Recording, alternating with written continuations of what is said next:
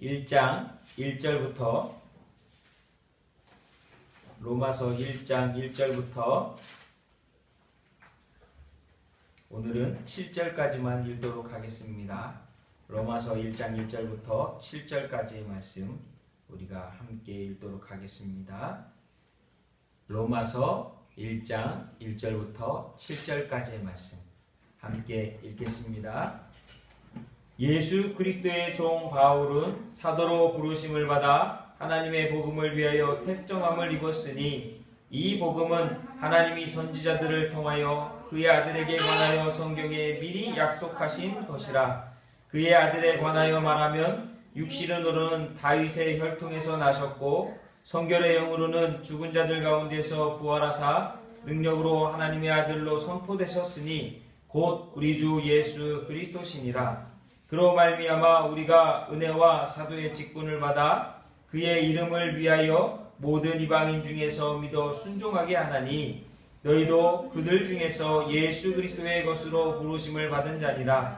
로마에서 하나님의 사랑하심을 받고 성도로 부르심을 받은 모든 자에게 하나님 우리 아버지와 주 예수 그리스도로부터 은혜와 평강이 있기를 원하노라. 아멘. 아멘. 아멘. 오늘 말씀의 제목은 우리는 누구인가? 라고 하는 제목으로 로마서 1장 1절부터 7절의 말씀으로 함께 은혜를 나누도록 하겠습니다. 우리는 누구인가? 정체성이라고 하는 단어가 있어요. 아이덴티티. 나는 누구인가? 라고 하는 그 정체성. 나의 정체성을 알 때에 우리는 내가 또 어떻게 살아야 된다라고 하는 것 또한 발견하게 됩니다. 자기 정체성을 인식하지 못하면 사람들이 방황하게 되어 있어요. 어떤 사람은 돈이 자기의 정체성이라고 생각할 때에 그 돈을 벌기 위해서 노력하지만 결국 그 돈이 자기의 정체성이 아니었다는 걸 아는 순간에 절망하고 지금까지 살아온 인생이 얼마나 허무했나를 깨닫는 모습을 많이 보게 됩니다. 그래서 자기 정체성이라고 하는 건 너무나 중요해요. 우리 특별히 우리 하율이나 토다처럼 우리 어린 아이들이 커가면서 자신의 정체성을 모르면 그냥 사람들 이렇게 하니까 하고 저렇게 하니까 하는 그런 인생을 살 수밖에 없다라는 거예요. 그러나 나는 어떤 사람이 되어야 되겠다. 하나님께서 나는 어떤 사람으로 살기를 원하시는구나 라고 하는 그런 분명한 자기 정체성을 가졌을 때 그때서부터 내가 어떻게 살아서 어떠한 사람이 되어 어떤 일을 하겠다라고 하는 인생의 목표와 인생의 방향이 결정되어지게 된다라고 하는 거예요. 그래서 자기 정체성이라고 하는 건 너무나 중요하다라고 하는 거예요.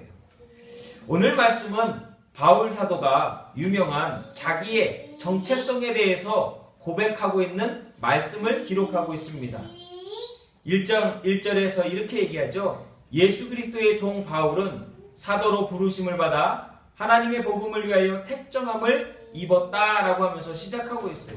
이 1장 1절의 말씀에서 바울은 자기 자신을 누구라고 알고 있는지에 대해서 분명하게 얘기하고 있다는 거예요. 이 1장 1절 말씀이 바울에게 있어서는 자기 정체성이라고 하는 거예요. 그런데 왜 이 말씀이 중요하냐? 왜 이 말씀이 우리와 무슨 관계가 있고 우리에게 무슨 의미가 있느냐라고 하는 것은 바울은 회심이라고 하는 하나님의 은혜로 거듭난 가장 상징적인 그리스도인 중에 한 명이기 때문에 그렇다라는 거예요. 예를 들자면 예수님의 제자하면 가장 먼저 생각나는 사람이 베드로잖아요. 그렇죠? 그리고 예수님의 제자 가운데 배신자하면 가장 먼저 생각나는 사람이 유다. 그렇죠? 그런 것처럼 어떤 상징이라고 하는 인물이 있는데 바로 이 바울이라고 하는 사람은 예수 그리스도를 만나고 내가 예수님을 위해 살겠습니다 라고 하면서 내가 죄인입니다를 고백했던 회심, 거듭남이라고 하는 것의 가장 상징적인 인물이라고 하는 거예요. 그래서 우리가 아는 것처럼 사도행전이라고 하는 곳에 보면 이 바울이 자기가 예수님을 어떻게 만났는지에 대해서 몇 번에 걸쳐서 사람들에게 이야기하고 있는 말이 나온다는 거예요. 그래서 바울은 대표적인 그리스도인, 거듭나고 회심한 그리스도인이라고 하는 거예요. 그래서 바울이 자기 자신을 어떻게 인식하고 있느냐, 어떤 그리스도인으로 인식하고 있느냐라고 하는 것은 오늘 그리스도인으로서 살아가기 위한 우리 모두가 똑같은 모습으로서 생각해 보아야 될 문제라고 하는 것입니다. 바울은 자기처럼 모든 그리스도인들이 예수 그리스도의 종으로 부름받았다라고 이야기하고 있는 거예요. 6절 말씀에 보면 그래서 이렇게 얘기합니다. 한번 같이 읽어보실까요? 로마서 1장 6절. 너희도 그들 중에서 예수 그리스도의 것으로 부르심을 받은 자니라. 쉽게 말하면 너희도 예수 그리스도의 종으로 예수 그리스도에 속한 사람으로 부름받은 나하고 똑같은 사람이라고 이야기하고 있는 거예요. 이 의미는요, 이 로마서를 읽게 되는 모든 사람들은 예수 그리스도에 속한 자로 예수 그리스도께 부름받은 자로서 오늘 살아가게 된다라고 하는 거예요. 바울은 로마서에서요, 그래서 내가 무슨 정체성을 갖고 있는지, 나의 자기 정체성은 무엇인지를 분명히 가르치면서 너희도 나와 같은 정체성을 가져야 된다라고 하는 거예요. 그래서 1절 한번 다시 읽어볼게요. 로마서 1장 1절. 예수 그리스도의 종 바울은 사도로 부르심을 받아 하나님의 복음을 위하여 택정함을 입었으니. 예, 이 1장 1절에서 보면 바울이 생각하고 있는 나는 누구인가? 라고 할 때 그 세 가지를 분명하게 이야기하고 있어요. 첫 번째는 뭐냐면 예수 그리스도의 종이라고 하는 얘기예요. 종이라면 어떤 생각이 드느냐면 보통 종하면 자유가 없는 불쌍한 사람이란 생각이 들 때가 많아요. 왜냐하면 종이라고 하는 단어를 표현할 때에 헬라어로 여러 가지 단어들이 있지만 바울이 오늘 이 로마서에서 표현한 헬라어는 무엇이었냐?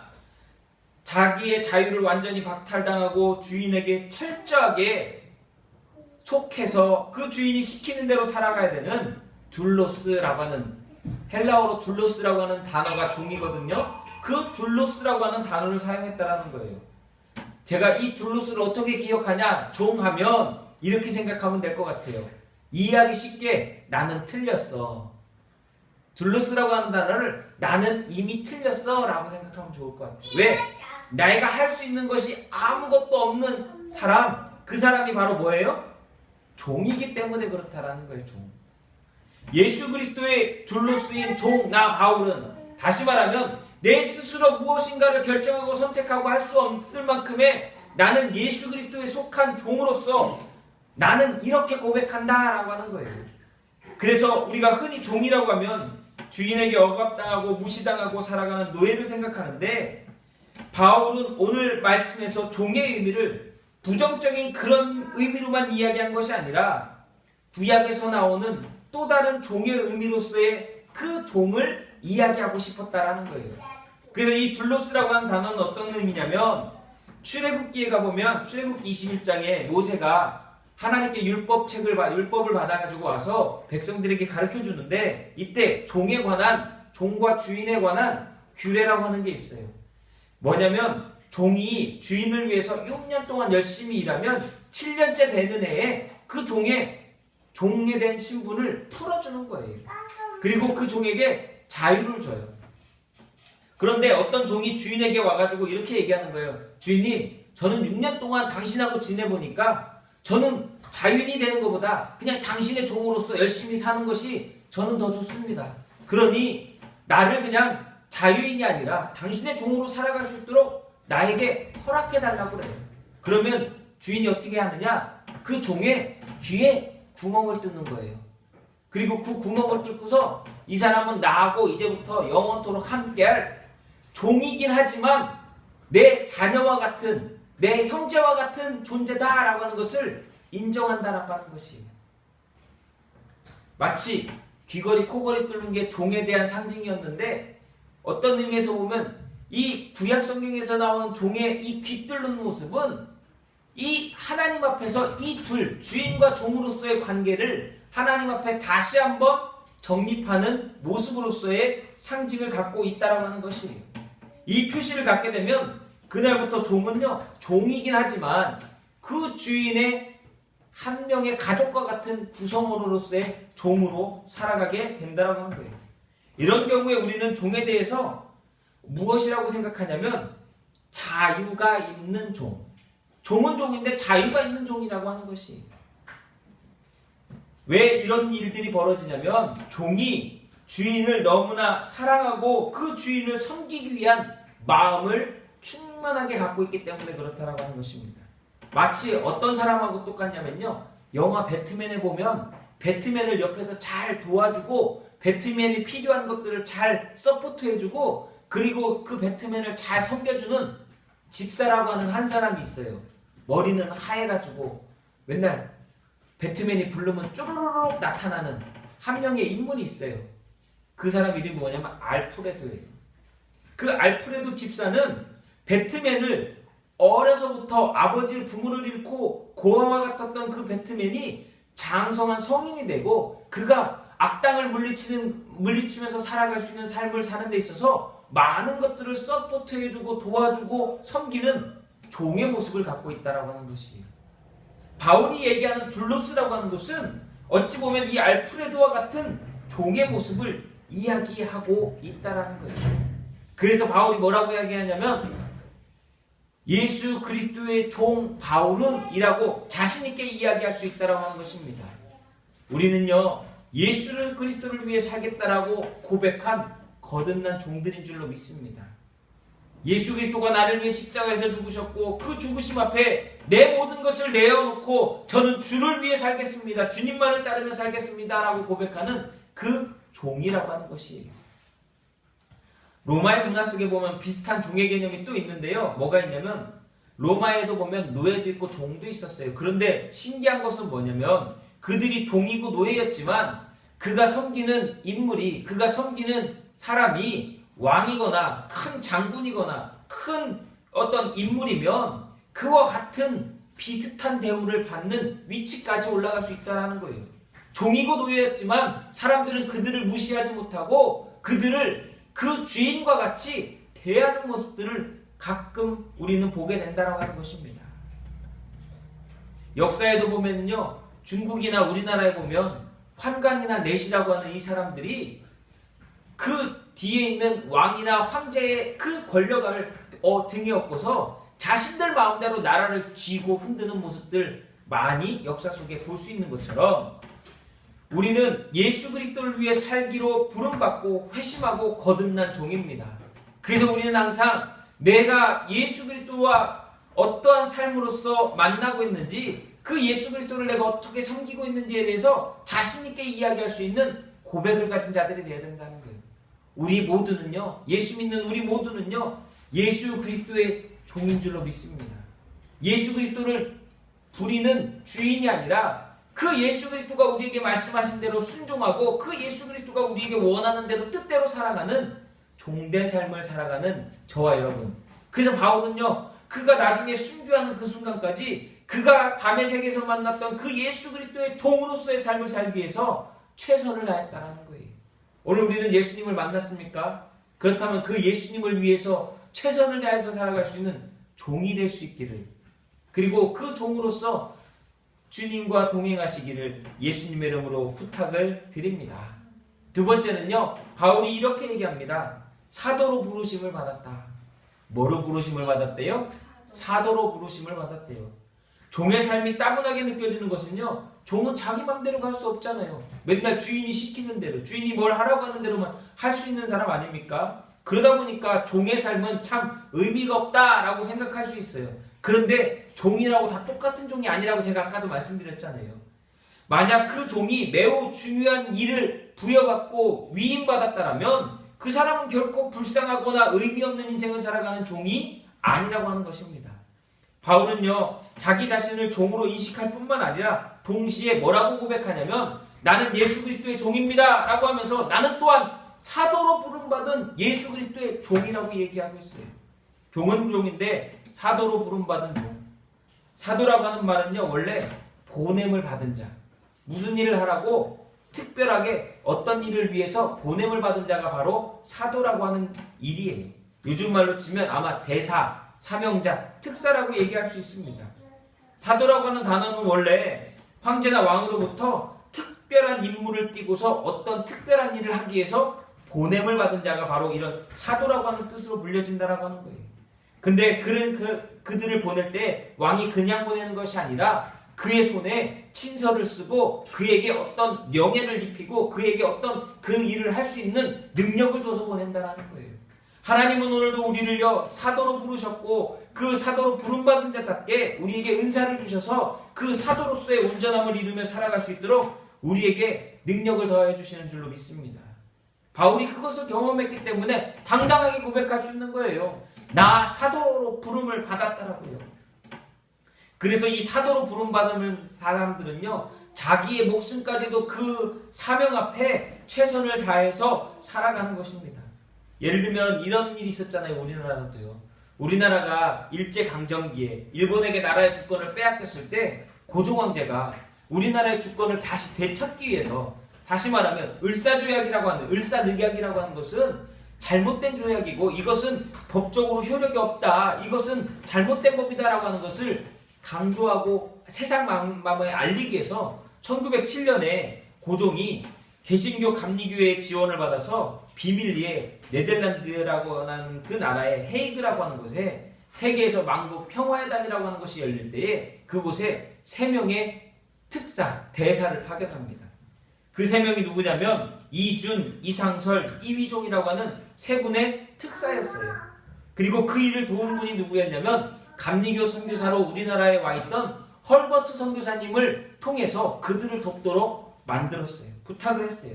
그런데 이 일이 일본에게 발각되어져서 우리나라가 그곳에서 그 만국 평화회담에서 우리나라의 그 현실과 처한 일들을 다 말하지 못하고, 안타깝게도 그곳에서 이준 열사, 특사로 갔던 이준 열사는 그곳에서 순국하게 됩니다. 특사는요, 자신의 목숨을 내놓으면서도 왕에게 받은 명령을 다하기 위해서 최선을 다하는 거예요. 여러분, 사도라고 하는 건 바로 이런 보냄을 받은 자입니다. 사도의 자격 중에 하나가 뭐냐면, 성경에서 말하는 사도는요, 예수 그리스도를 친히 보고 만난 자를 사도로 사용했어요.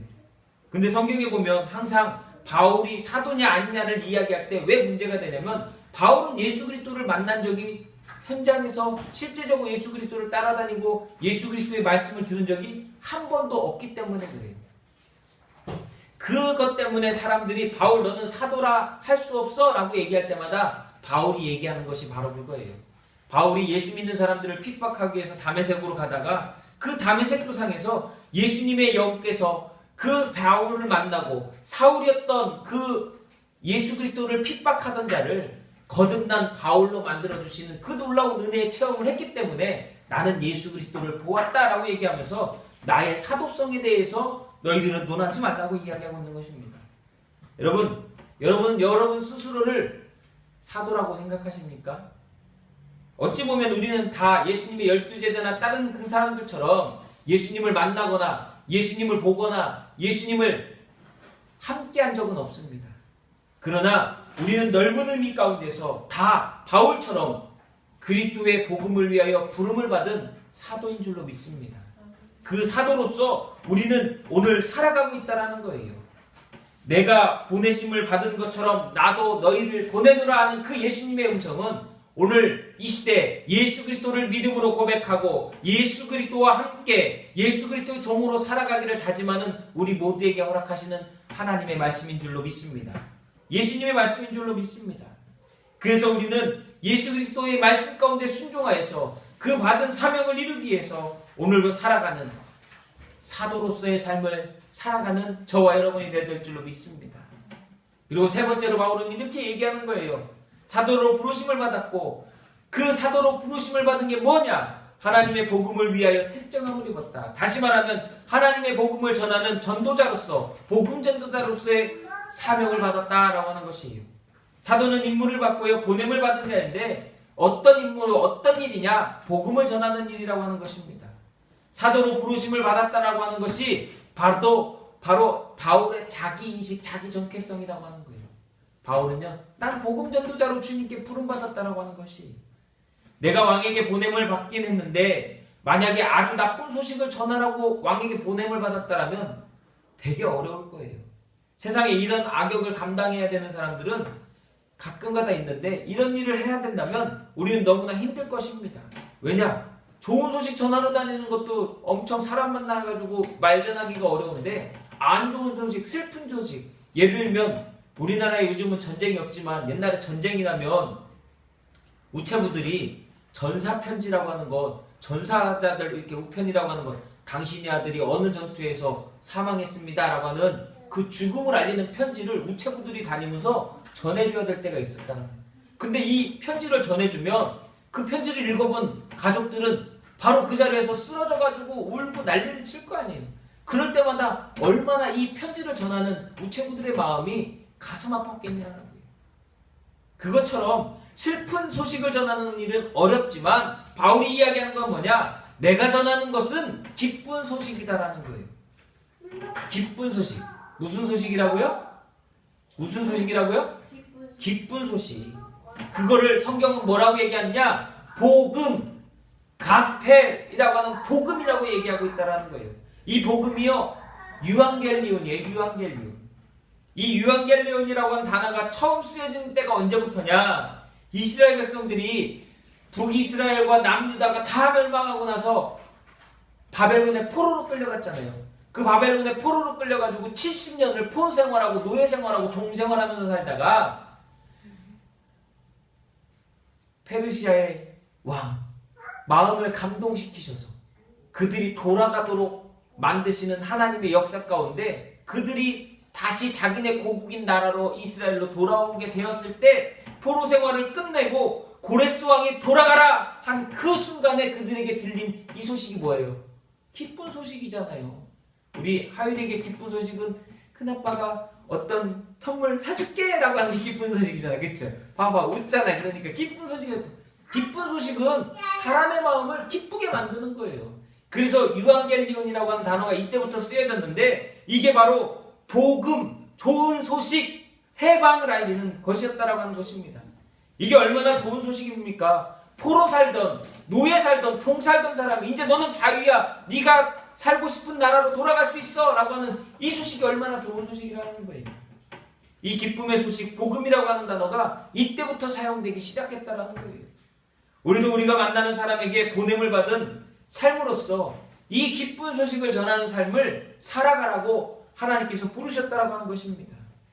힘드시죠? 어려우시죠? 하나님 당신을 사랑하십니다. 하나님 오늘도 당신의 편이십니다. 하나님 오늘도 당신을 죄 가운데서 구원하시고 당신의 인생 가운데 있는 큰 문제 가운데 하나님을 홀로 두지 않으시고 당신을 염려하시고 당신을 품으십니다.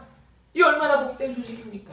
죄로 죽을 수밖에 없었던 우리를 예수 그리스도를 통하여 우리를 죄 가운데서 구원해 주시고 더 이상 사망이 아니라 생명을 주셨습니다. 이 얼마나 좋은 소식이냐고요. 죽음 앞에 두렵고 떨리고 정말 오늘 죽으면 어떡하나 걱정하는 그 사람에게 당신은 더 이상 죽지 않습니다. 하나님 당신에게 영원한 생명을 주십니다. 예수 그리스도 안에서 이 영원한 생명을 받으라고 얘기한다면 얼마나 복된 소식이냐고요.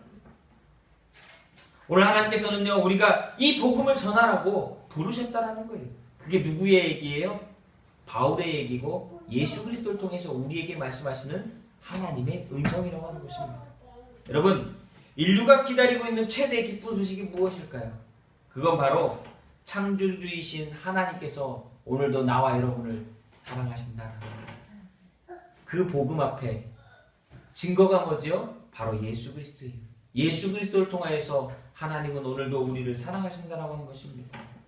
이 하나님의 사랑을 깨닫고 이 하나님의 사랑을 전하며 우리 안에 이루어 가시는 놀라운 창조주 하나님과 날마다 동행하는 복된 자들이 되시기를 우리 구주 예수 그리스도 이름으로 축원합니다. 그리고 이 일을 위해서 예수 그리스도가 오셨어요. 하나님과 인간의 화해자로서 죄로 말미암아 끊어졌던 하나님과 인간과의 그 모든 그 죄의 결박을 끊으시고 회복시키기 위해서 예수 그리스도가 오셨습니다. 오늘 우리의 정체성을 알았다면 우리 다음 시간에 다음 수요일에는 예수 그리스도가 누구신가 그것에 대해서 다시 한번 말씀을 통해서 살펴보도록 하겠습니다. 기도하겠습니다. 사랑이 많으신 하나님, 바울의 고백 오늘 우리의 고백이 되게 하시고 우리를 정말